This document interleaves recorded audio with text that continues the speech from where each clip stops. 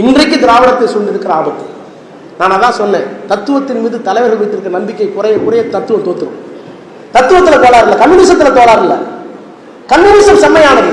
ஆனால் கம்யூனிச தத்துவத்தை எடுத்து வந்த தலைவர்கள் நீர்த்து போன காரணத்தினால், சுயநலவாதிகளாக மாறிவிட்ட காரணத்தினால் கொள்கை நீர்த்து போய்விட்டது, கொள்கை தோற்றுவிட்டது.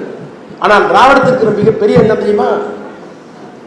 தத்துவத்தை தந்தை பெரியார் தந்தார், அரியணையிலே அண்ணா ஏற்றினார், அற்ப காலத்தில் அவர் காலமானார். அதுக்கு பிறகு கலைஞர் எல்லாவற்றையும் கொண்டு வந்தார்.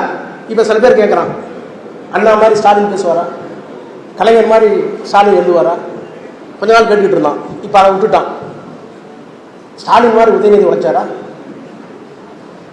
உதயநிதி இப்ப அவருக்கு என்ன தெரியுமா? நான் தெளிவா சொல்லிடுறேன். எங்க தாத்தா கஷ்டப்பட்டு சம்பாதிச்சார், எங்க அப்பா அதை காப்பாற்றி பே பண்ணார், மகசூல் வந்துச்சு, பத்திரமா இருக்கு. அந்த மகசூல் திருடு போகாம காப்பாற்றுற வேலையை பார்த்தாலும் எங்களுக்கு போதும். இனிமேல் ஒரு பெரியார் எங்களுக்கு வேண்டியதில்லை. பெரியாரே சொன்னார், சொந்த புத்தியெல்லாம் உங்களுக்கு வேணாம், நான் தந்த புத்தியை மட்டும் வச்சுக்கிறேன். தத்துவம் எங்கள் இடத்துல இருக்கிறது. அந்த தத்துவங்களை நிறைவேற்றி காட்டிய தலைவர்கள் இன்றைக்கு இல்லை. அந்த தத்துவத்தை காப்பாற்றுகிற ஒரு தலைவர் முதலமைச்சராக இருக்கிறார். இந்த தத்துவத்திற்கு சேதாரம் இல்லாத பார்த்துக் கொள்கின்ற இன்னொரு தலைவரும் எங்களுக்கு கிடைத்திருக்கிறார். திராவிடர் தோற்காது. பேசும்போது கம்யூனிஸ்ட தலைவர்களுடைய செயல்பாடுகள் நிறுத்திவிட்டது, அவர்கள் சுயநலவாதிகளாக மாறினாங்கன்னா இந்த கம்யூனிஸ்ட் கொள்கை போய் சேரல, கம்யூனிஸ்ட் கொள்கையில பிரச்சனை இல்லை, தலைவர்கள பிரச்சனை. சரி, நீங்க சொல்லுங்க, நீர்த்து போச்சா நீங்க சொல்லுங்க. இடைவிடாத, அதான் ரொம்ப தப்பானது அது. அவர் ராசா அவர்களுடைய ஸ்பீச்சு இப்போ இன்னைக்கு சமூக வலைதளத்தில் போயிட்டு இருக்கு. அவர் சொல்றது மிக மிக தவறானது.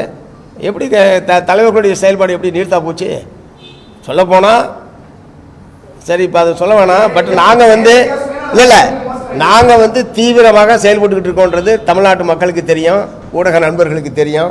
அதனால் தலைவர்களுடைய செயல்பாடு நீர்த்து போச்சு என்பதெல்லாம் ரொம்ப ரொம்ப தவறானது. அது எந்த ஒரு அடிப்படையற்ற ஒரு குற்றச்சாட்டு என்பதுதான் என்னுடைய பதில். அதான் அடிப்படையற்றது. அவர் முழுசா அவருடைய ஸ்பீச்சை கேட்கணும். இது இந்த போர்ஷன் மட்டும் தான் போயிட்டு இருக்கு. தொடர்ச்சியாக அவர் ஆரம்பத்திலேருந்து என்ன பேசுறாருன்னு தெரியல.